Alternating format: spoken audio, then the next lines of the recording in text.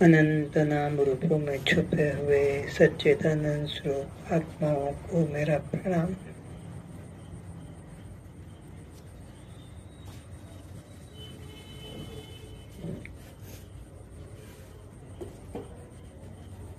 पिछले कई दिनों से हम आप सभी महर्षि अष्टावक्र जी के अमृत वचनों का पान करते आ रहे हैं।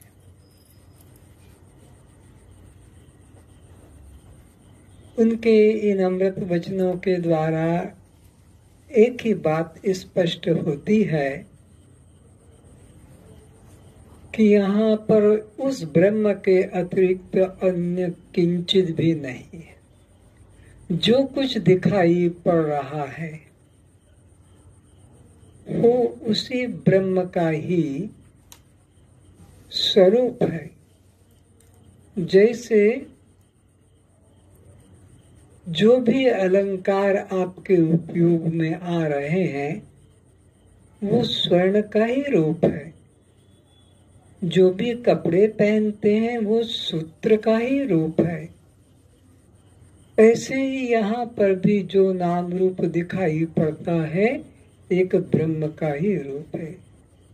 तो तुम निश्चय करो हे जनक, ये शरीर तुम नहीं हो, तुम केवल देखने वाले जानने वाले हो। और जो दिखाई पड़ता है जो जानने में आता है उसमें यही निश्चय करो कि यहाँ ब्रह्म के अतिरिक्त अन्य कुछ नहीं। आगे अष्टावक्र जी क्या कहते हैं उन्हीं के द्वारा सुने। राग द्वेषो मनोधर्मो न मनस्ते कदाचन निर्विकल्पो असि बोधात्मा निर्विकारः सुखम चर। अष्टावक्र जी इशारा दे रहे हैं कि ये तीन गुण हैं, सत्वगुण, रजोगुण और तमोगुण। इनका अपना प्रभाव है। आलस्य, निद्रा, प्रमाद, मूढ़ता, न करने योग्य कर्म करना, करने योग्य कर्म न करना, या चंचलता, काम, क्रोध, लोभ, मोह, मद, मात्सर्य, राग, द्वेष रजोगुण की प्रवृत्ति है। इसी प्रकार दान, धर्म, सत्संग, तीर्थ, व्रत ये सत्व गुण की प्रवृत्ति है। ये तीनों गुण हैं। जब जो गुण प्रबल होता है वो अपना प्रभाव दिखाता है, तब दूसरे दो गुण मंद हो जाते हैं। जब सत्वगुण प्रधान होता है तब रजोगुण तमोगुण मंद होते हैं। फिर उसमें प्रमाद, मूढ़ता, प्रवृत्ति नहीं होती। जब रजोगुण प्रबल हो जाता है तब उसमें पूजा पाठ, तीर्थ, व्रत, ध्यान ये मंद पड़ जाते हैं। पर तो लेना देना, शादी ब्याह, खाना पीना, आना जाना ये होता है। और जब तमोगुण प्रधान होता है तो आलस्य, मूढ़ता, प्रमाद होता है। ये तीनों गुण तेरे दृश्य हैं क्योंकि ये स्थिर नहीं है, आते हैं और चले जाते हैं। तू अचल आत्मा है, तू इनको देखता है। तमोगुण आया और गया, रजोगुण आया मन में और गया, सत्वगुण आया और मन में गया। तू न है जागृत अवस्था है, तू न स्वप्न अवस्था है, न सुषुप्ति अवस्था है। तू नित्य है और ये अनित्य है। तू अपरिच्छिन्न है, ये परिच्छिन्न है। जागृत में स्वप्न सुषुप्ति नहीं, स्वप्न में जागृत और सुषुप्ति नहीं, सुषुप्ति में जागृत स्वप्न नहीं, समाधि में ये तीनों नहीं। लेकिन तू जैसा जागृत में है वैसा ही स्वप्न में है, जैसा स्वप्न में है वैसा ही तो सुषुप्ति में है, और जैसा सुषुप्ति में है वैसा ही तो समाधि में है, और जैसा समाधि में वैसा ही मूर्छा में। तेरे उपस्थिति में तेरी चैतन्यता में किंचित भी अंतर नहीं पड़ता है। तो इन तीनों से पृथक केवल इनका देखने वाला, जानने वाला दृष्टा आत्मा है।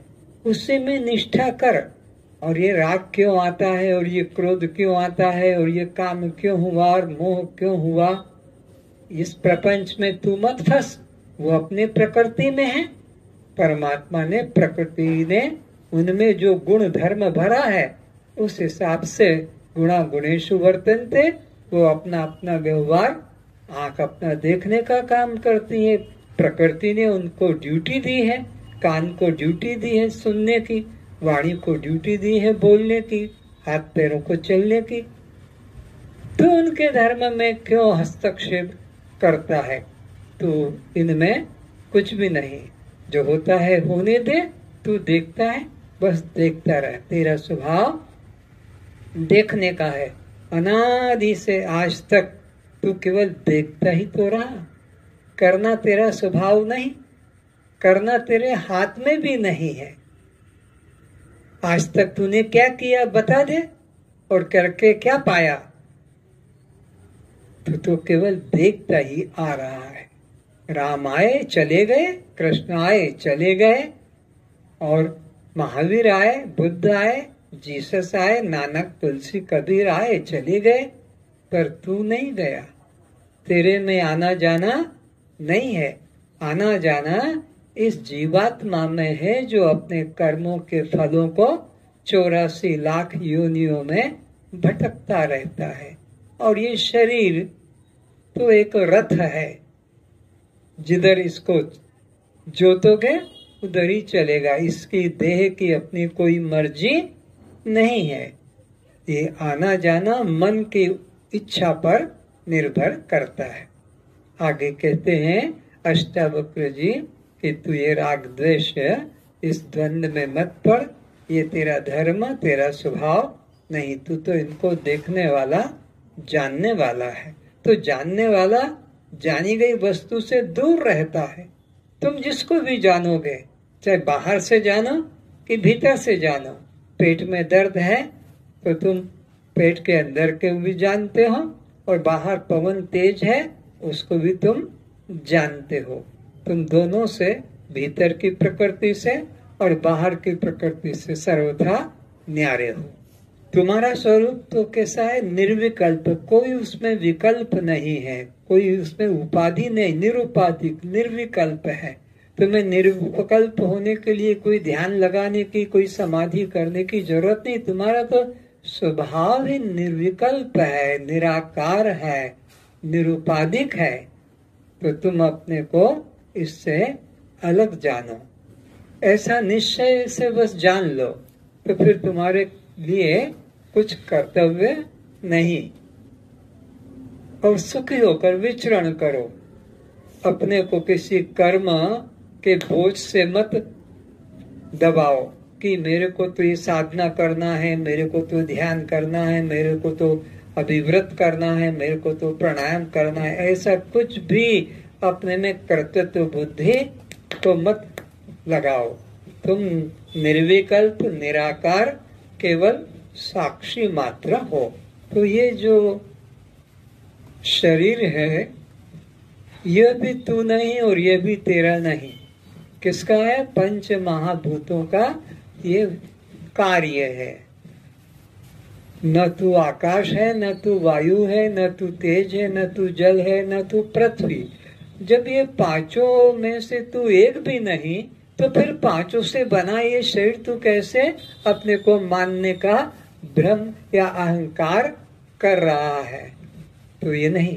और फिर इन पांचों भूतों के मिलित सत्व गुण के द्वारा ये अंतःकरण, मन, बुद्धि, चित्त और अहंकार निर्मित हुए हैं। और उन मन, बुद्धि, चित्त, अहंकार की वृत्तियों को भी तू जानने वाला है। तो जिसे जानता है तू जानने वाला उससे अलग है। जानी गई वस्तु तेरे से दूर, तेरे सामने दृश्य रूप में है, तभी तो तू जानता है, तेरे पीछे नहीं है। तू सबके पीछे सबका जानने वाला, सबका प्रकाशक है। तो तू न मन है, न तू बुद्धि है, न तू चित्त है, न तू अहंकार है। क्योंकि मन के चंचलता को भी तू जानता है और मन की स्थिरता को भी तू जानता है। बुद्धि की तू तीव्रता को भी जानता है और बुद्धि की मंदता को भी तू जानता है। चित्त के तू चिंतन को भी जानता है और कुचिंतन को भी और सुचिंतन को भी तू जानता है। और अहंकार बढ़ने को भी जानता है और अहंकार घटने को भी जानता है। तो तू जानने वाला है, जानी गई अवस्थाओं से या वृत्तियों से तू अलग है। सद्गुरु वही जो तुम्हें वृत्तियों के पीछे ले जाकर खड़ा कर दे। सद्गुरु वो नहीं जो वृत्तियों में उलझा दे कि इसको वो काम को वश में करो, क्रोध को वश में करो, ये चिंतन करो, ये चिंतन ना, बल्कि इन वृत्तियों के पीछे ले जाकर तुम्हें खड़ा कर दे कि तू तो इन सब वृत्तियों को देखने वाला, जानने वाला साक्षी मात्र है। तेरा इनसे कोई भी संबंध मनोबुद्धि अहंकार चित्तानि नाम न च श्रोत्र जिह्वे न च घ्राण नेत्रे। तो ये पांचों इंद्रिया, श्रोत्र, त्वचा, चक्षु, जिह्वा, घ्राण, ये भी तो नहीं है। ये नियम है, जब तक कारण रहता है उसका कार्य रहेगा। कारण लय हो गया तो कारण फिर कहाँ बचेगा। जब तक जल है तो लहरें उठेंगी, जब जल ही नहीं होगा तो मरुस्थल में लहर उठने वाली नहीं है। तो जब तक ये शरीर का प्रारब्ध पूरा नहीं होगा तब तक ये जिंदा रहेगा, और जब तक जिंदा रहेगा तो इसमें आकाश भी रहेगा, वायु भी रहेगी, तेज भी रहेगा, जल भी और पृथ्वी। क्यों 5 से बना है, और क्यों बना है? प्रारब्ध भोगने के लिए। तो जब तक प्रारब्ध पूरा नहीं होगा ये पांचों अपने अपने कारण में लय नहीं होंगे, तब तक यह इंद्रियां अपने अपने धर्म में रहेगी। आग रहते हुए उष्ण रहेगी, बर्फ रहते हुए शीतल रहेगा, मिर्च होते हुए तीक्ष्ण रहेगी। तो इंद्रियां रहते हुए उनका धर्म भी रहेगा। एक नियम बना है कि धर्मी का अभाव होगा तो उनका धर्म का भी अभाव हो जाएगा। इसलिए तू आत्मा, तेरे में कोई विकार नहीं है।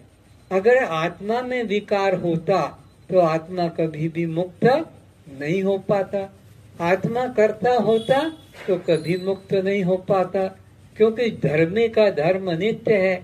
आत्मा करता होता तो वो तो फिर कभी मुक्त हो ही नहीं पाएगा। तो आत्मा का धर्म नहीं है। अगर आत्मा का धर्म होता तो गहरी नींद में तो आत्मा है, लेकिन वहां कोई कर्म का अहंकार, कोई तीनों गुणों का, तीनों शरीरों का कि तीनों अवस्थाओं का कोई भी प्रकार का अहंकार नहीं।